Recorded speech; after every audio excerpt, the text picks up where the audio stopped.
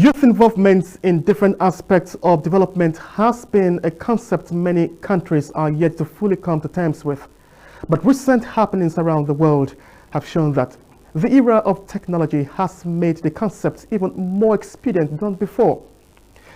The United Nations Office for West Africa and ECOWAS are therefore creating a platform for young people in the sub-region to learn leadership skills and build resilient systems that will enable their respective countries harness their potential for peace and progress. On this edition of Africa Weekly, we will beam our searchlight on the annual summit in Abuja. I am Charles Alpha, welcoming you to this week's edition of Africa Weekly.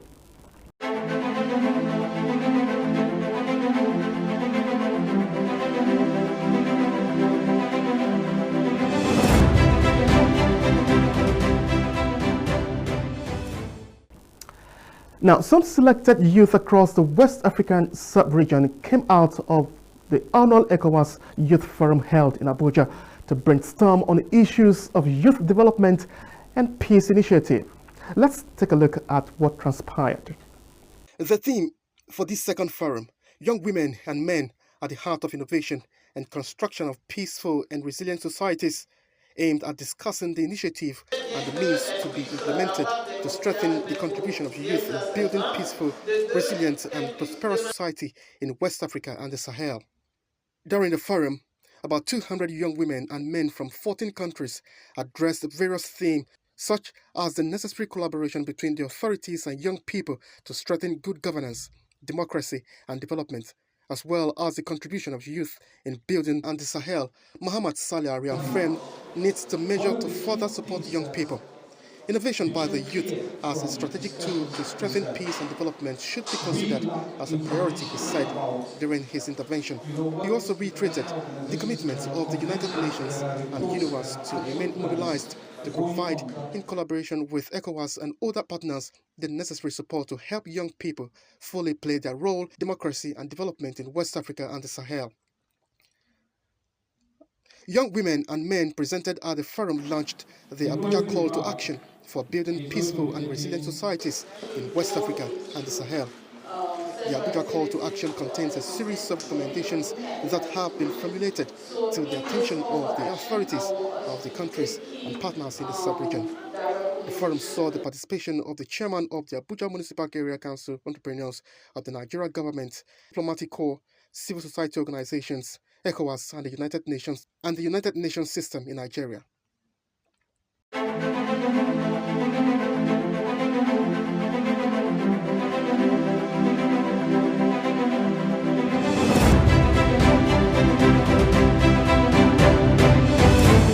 All right, joining us now to take a deeper look at the forum is one of the coordinators, Andy AG. Mr. Andy, we are pleased to have you on Africa Weekly.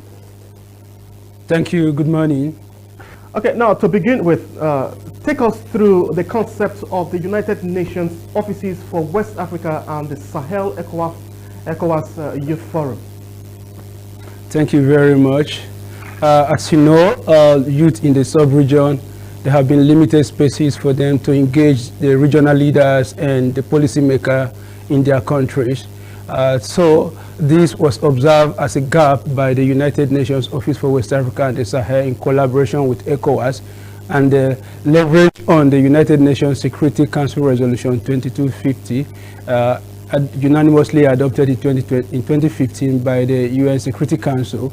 And upon that, they were able to see how they can increase youth participation and dialogue among the leaders to shape the policy within the sub-region. So that was the essence of having this forum. Of course, this is the second one. The first one was in Burkina Faso, Ouagadougou, in 2018. This is the very second edition of the annual forum. So it is a kind of a gathering that enables the young people to diffuse their, knowledge, their experiences, their thoughts, their grievances and their expectations, share them with the national and the regional leaders for policy development and implementation.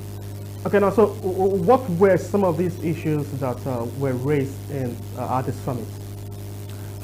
We look at the issue of democracy, unemployment, poverty, peace and security, climate change, education, culture, among other things. Of course, gender issues were also very, very prominent in the discussions. Okay, now what would you say has been the gains of this annual summit to youth development in the sub-region?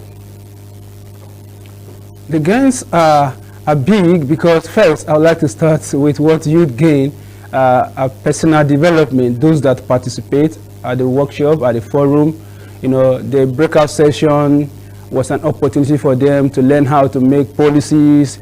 They learn personal development. That is the key. As young people, we need to develop ourselves. So the breakout session enabled a lot of young people who were hitherto not part of the policy making processes to be able to sit with experienced young people and older people to see how they can make policies, and their views, their points were noted, and they feel very happy. We feel very happy that at least for once our voice has been heard. We're able to be part of the policy making process. Number two, there was synergy from Ouagadougou to Abuja now. There has been synergy, young people working together, collaboration between youth in the sub-region, Burkina Faso, Cape Verde, Mauritania, Chad, Niger, Nigeria. You have youth on their own, forming alliances, raising the spirit of Pan-Africanism. And this is what we want to see, that young people are no longer working individually in silos. There have been diffusion of knowledge, collaboration across borders. And that brings us more closely to aggregate our voice and also raise our voice to prominent leaders at the ECOWAS level and beyond. Because Central Africa is involved, as you know, like Chad, for example, is from Central area. So we escalate our views, our demands beyond ECOWAS level to other regions in the Africa. And also number three, we've been able to also, escalate the youth demand for participation. Youth issues has been taken more seriously over the years because of these unified voices that we project as young people from this forum. So youth issues has been given more attention in the front burner, gaining more traction across the region.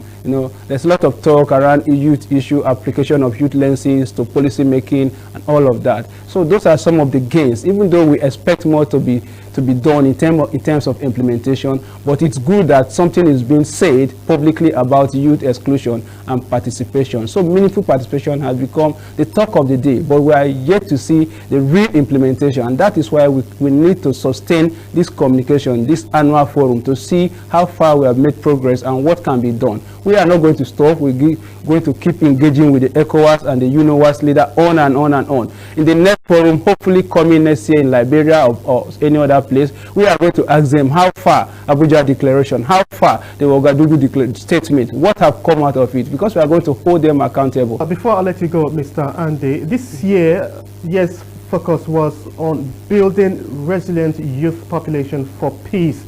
Now, how do you think this can be achieved? Yes, it can be achieved through this continuous process we are in. Number one, let me simplify it for you. The best way this can be achieved is creating a safe space for young people to be engaged in conversation, continuous conversation. Don't close the civic space, invest in young people. If we invest in them, don't just gather them and leave them to go. Provide, decent employment, gainful employment, grant for businesses, entrepreneurship. Don't just come and teach them entrepreneurship and talk about that. Provide them with grants, with startup capital for them to do something. The issue of meaningful participation is key. Young people need to be meaningfully engaged, participate, not the kind of participation that is for decoration's sake. We need a meaningful participation where young people's views are actually taken into consideration and implemented. And more also, the issue of intergenerational co-leadership. It's time to implement that, intergenerational co-leadership. We respect our elders, of course. We want to work with them, we want to listen to them, we want to obey them, we want to work with them. But then, even when the programs are being designed, where are the young people? Are we there on the table? Or they just call us in to participate, to look like young people are there? That is quite decorative. It's not what we want. We want the leadership that is inclusive of young and old people across generations, learning from their experience. We want to grow. If we don't learn from them, how can we become the potential leaders of tomorrow, as it is said? As a matter of fact, we are leaders today already. We are only growing into tomorrow to become better leaders. So we need to be involved in every form of leadership. For example, if you look at Nigeria, when you look at the national peace committee, for example. You don't see any young person there, but there are a lot of young people who are into peace advocacy, working for peace in Nigeria. And then during election, you see the National Peace Committee going and meet with people to talk about peace, peace accord views, and you don't see young people represented. That is not the way to go. For us to achieve the aim and the declaration in Abuja, there has to be co-leadership, intergenerational co-leadership. Mr. Andy, thank you very much. I think this is a point where we'll let you go now. You've said so much on this annual summit, and I want to say thank you very much for coming on Africa Weekly. Thank you very, very much. Thank you. All right, Mr. Andy Iji there, bearing his mind on the recent annual summit held in Abuja by the ECOWAS and UNOWAS. We will continue with Africa Weekly, but first we will take this tidbit segment.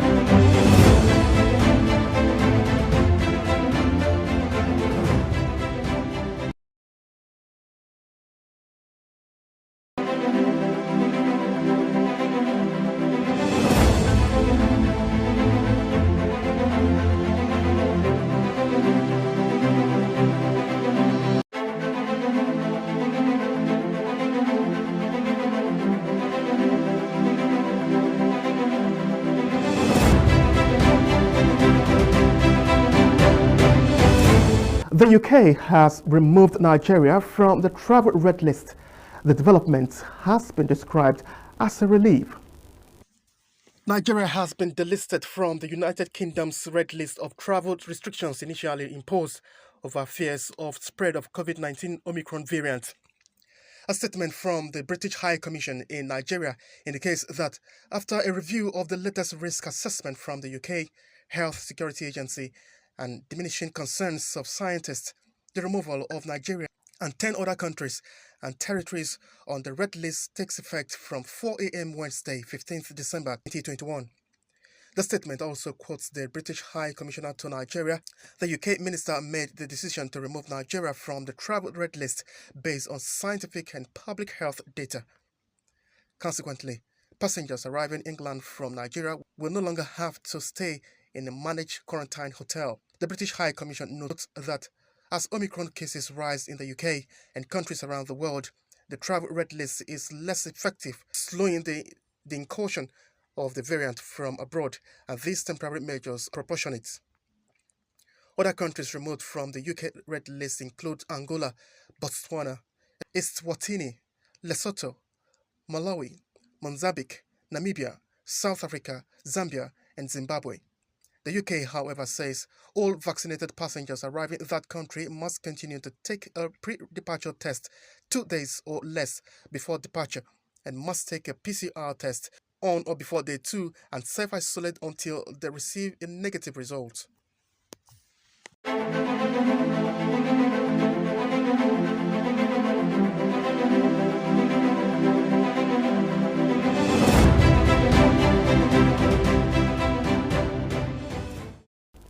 The ECOWAS Parliament is confident of the ability of Nigeria to overcome her security challenges. At a meeting with President Muhammadu Buhari, how the Parliament can assist was at the heart of the discussions. Speaker Sidi Mohammed Tunis is leading a delegation of the ECOWAS Parliament to the State House to sympathize with the government and people of Nigeria on the recent losses from terror attacks. Nigeria, however, said is resilient to defeat the terrorists and all those who do not mean well for the country. Dr. Tunis applauded Nigeria for its tremendous support to the ECOWAS Parliament, saying plans are now on to strengthen the body through electing its officials rather than being appointed. He said ECOWAS is committed to completing its parliament building in Abuja before May 2023 so as to be commissioned by President Muhammadu Buhari before leaving office. President Buhari reaffirmed his administration's commitment to keeping all pledges to not only the ECOWAS parliament but the sub-regional body at large. He commended the parliament for planning to fill its positions subsequently through elections which would be incorporated into general elections of member countries, describing it as cost-effective. On the construction of a parliament building in Abuja, President Buhari promised that Nigeria will try to encourage the contractor in whatever way possible.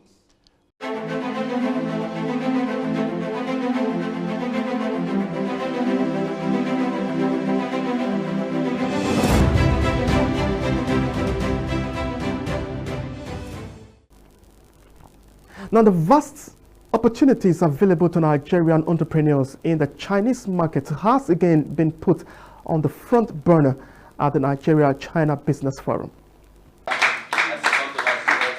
The relationship between Nigeria and China has continued to blossom, particularly in the area of trade and commerce. In August 2021, China is said to have exported $2.48 billion and imported $270 million worth of goods from Nigeria, resulting in a positive trade balance of $2.21 billion. But the dynamics for Nigeria at this forum is to foster public discourse on taking more advantage of the opportunities from China, sequel to the China-Africa Cooperation Forum at Dakar, Senegal, where the Chinese leader promised $20 billion to support export and industrialization in Africa. Highlight the provisions of FOCAC and seek Nigerian active involvement in being able to attract whatever we can from the offers and develop programs and marshal these programs so that we can push them to China for us to benefit from the largesse they are giving to Africa. China needs what we have. And talking about investment, I will strongly appeal that any investment that will be done should be on equal basis. Whatever your professional education, you have a role to play. The targeted goal is to position Nigeria for mutual trade relations.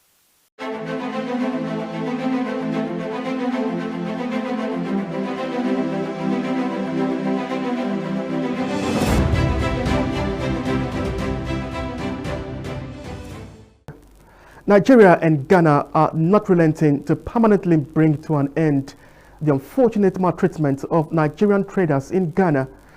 The Ghanaian High Commissioner to Nigeria was a guest of the Nigerians in Diaspora Commission bus over the matter.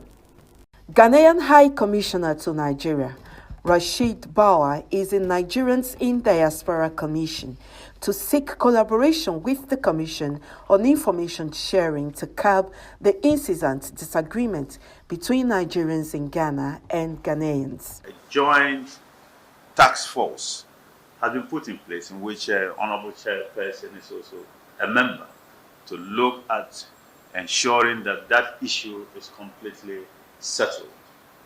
This is something that there must be multi-sectoral collaboration, particularly with NAPTIP and every other agency to work with you. We have to stop this. The syndicate needs to be, they just need to be nabbed. The representatives of both countries fueled the cooperation with exchange of gifts as a demonstration of acceptance to work together.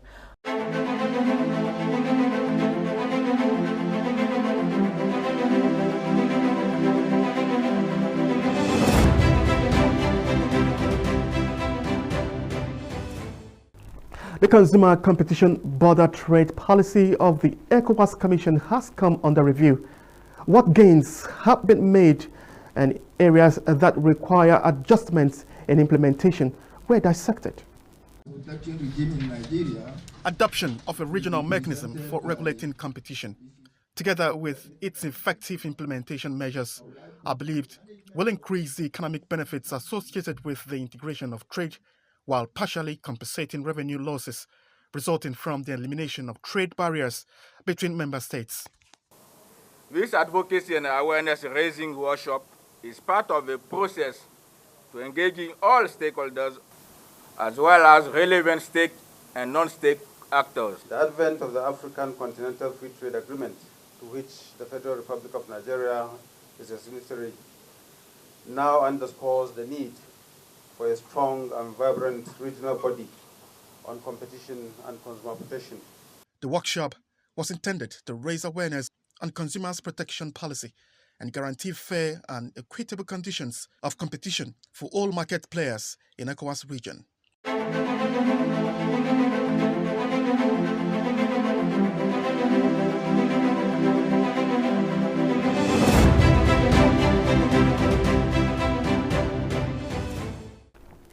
We take you now to Kenya, where President Uhuru Kenyatta is advocating the inclusion of more youth graduates from the National Youth Service and the various security agencies in that country.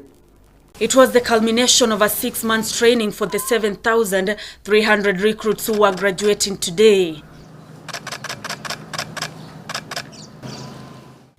Though the COVID-19 restrictions kept family and friends of the recruits away, there was no gloom in the event as each took their oath to serve the country.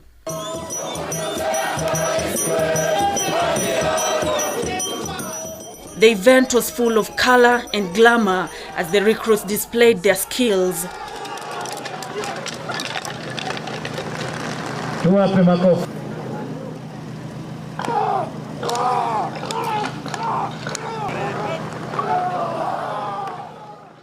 The training college has churned 14,000 graduates this calendar year alone, with President Uhuru Kenyatta making a passionate appeal to Kenya's security agencies to recruit the graduates into the armed forces.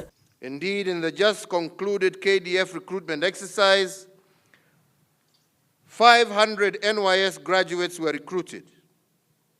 Today, I once again reiterate my directive to the National Police Service and all other discipline services to redouble their efforts towards the absorption of the NYS cohorts into their ranks.